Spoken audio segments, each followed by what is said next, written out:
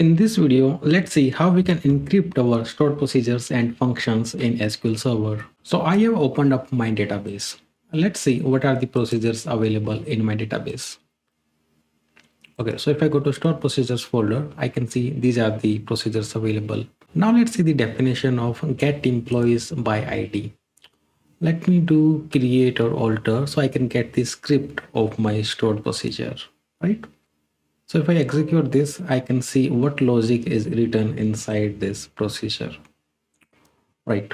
I can even use sp underscore help text. So this is one inbuilt procedure. So I can use this inbuilt procedure and I can provide the sp name here.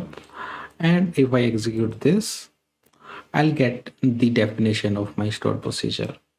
Right. But let's say you want to encrypt this definition. You want to hide this definition of stored procedure from others. What you can do, you can create a procedure by using the with encryption keyword. So let's do one thing. We can alter this procedure.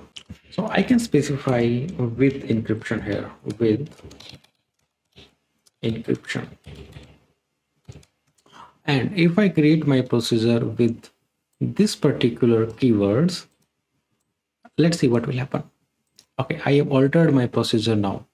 Now if I try to run sp underscore help text again and provide my sp name, get employee by ID, I'm getting this error. This text for the object get employee by ID is encrypted. And if I try to right click here and I'll say script create or alter the procedure, I will try to get the script, I will get the error again.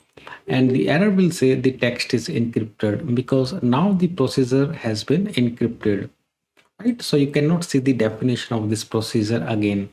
And the procedure will still work. Like if you want to execute this procedure, you can say exec and you can provide some parameter here. Let's say employee ID 1. And if you execute this, the SP will execute and return you the data, but you are not allowed to see the definition of this procedure. Same way you can perform encryption on your functions also. Let's say I want to encrypt my calculate bonus function. Okay, so this is my function, and here also I can say with encryption. So I can say with encryption. Okay, so if I create my function with this keyword and if I try to see the definition again, let's say I will use sp underscore help text to see the definition of this function. Okay, I will get the same error. The text for the object calculate bonus is encrypted. So now we are not allowed to see the definition of calculate bonus also. So this is the syntax. So you can use this with encryption along with your procedure or function and encrypt the text for that.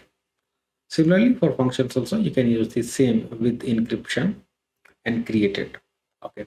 So here is the real-time use case for where you can use the encryption, like you have some critical business logic that you don't want other person to see, then you can use the encryption.